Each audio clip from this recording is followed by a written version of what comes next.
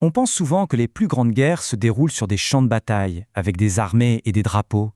Mais et si le conflit le plus dévastateur était celui qui se joue en nous, en silence? Aujourd'hui, on va plonger dans le journal intime d'une âme, une âme qui cherche la paix. C'est un voyage au cœur de cette guerre intérieure. Armistice. Ce mot, il est lourd de sens. Il évoque la fin des combats, le silence qui revient après le fracas. Sauf qu'ici, l'armistice demandé, ce n'est pas entre des nations, non. C'est un appel au cessez-le-feu contre soi-même, le cri d'une âme qui n'en peut plus de se battre. Alors ce voyage, il commence dans un endroit assez sombre. Il commence par un cri qui vient du plus profond de la solitude et d'une tristesse qu'on ne sait pas toujours expliquer. Vous sentez cette désolation? C'est un appel à l'aide qui naît d'un vide intérieur immense, un peu comme un désert. Le cœur pleure, mais il n'y a pas de cause apparente. C'est juste une douleur là, constante, sourde, dans un monde qui en plus semble nous juger en permanence. Et c'est là que le récit nous révèle le cœur du problème, ce décalage immense entre ce qu'on montre aux autres et ce qu'on vit vraiment à l'intérieur. L'image est incroyablement parlante. De l'extérieur, on projette une image de force, de majesté, comme une montagne, solide, qui ne bouge pas. Mais sous la surface, à l'abri des regards, il y a des rivières de larmes qui coulent, qui creusent, qui usent la pierre. C'est vraiment ça la souffrance cachée derrière un masque. D'accord, mais d'où vient toute cette peine? Le texte nous donne des indices assez clairs. On parle d'un cœur vidé de son amour, de souvenirs qui sont comme des épines dans la peau à chaque fois qu'on y pense, d'amis qui ne sont plus là, mais qui hantent l'esprit. Au final, le cœur est comparé à une mer déchaînée, une tempête sans fin. Alors, face à une telle tempête intérieure, que faire? Souvent, la première réaction, c'est d'essayer de comprendre, de mettre de l'ordre dans le chaos. Et pour ça, on se tourne vers la sagesse des grands penseurs, des philosophes. La reconstruction, elle doit bien commencer quelque part. Et la première pierre, c'est de trouver un point d'ancrage.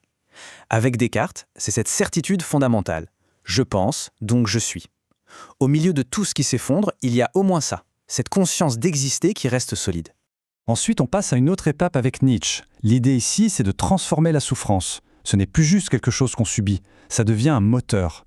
Chaque épreuve, chaque douleur, au lieu de nous détruire, nous renforce.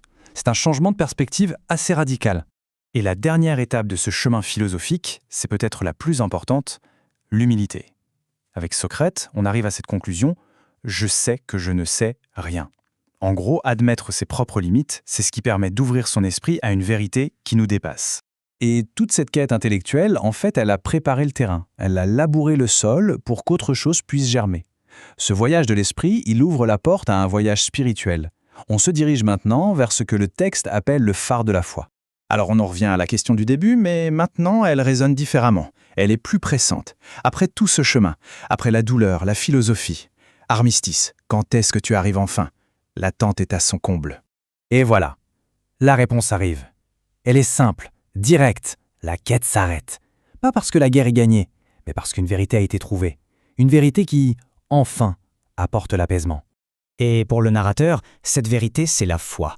La certitude qu'il trouve dans le Coran est décrite comme une étoile dans la nuit. C'est un guide, un point de lumière fixe qui met fin à l'errance, au doute, et qui illumine enfin l'obscurité intérieure.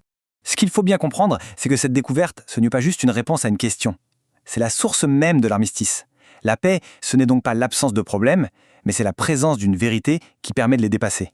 Cette certitude, elle devient une force presque transcendante. C'est ce fameux phare dans la tempête, celui qui ne vacille pas et qui permet au bateau, à l'âme perdue, de retrouver son chemin vers un rivage sûr, un rivage de paix. Au final, la résolution de toute cette histoire, elle se dessine en 3 étapes très claires. D'abord, connaître la vérité. Ça nous permet d'être vrai. Ensuite, être vrai, ça nous mène à la compréhension. Et enfin, cette compréhension, c'est elle qui débouche sur la paix. Le voyage est terminé. Et ce parcours qui était au départ si intime, si personnel, eh bien il se termine sur une question qui nous concerne tous. Une question qui nous est renvoyée en quelque sorte. Après tout ça, où se trouve pour chacun la véritable paix? La question reste ouverte.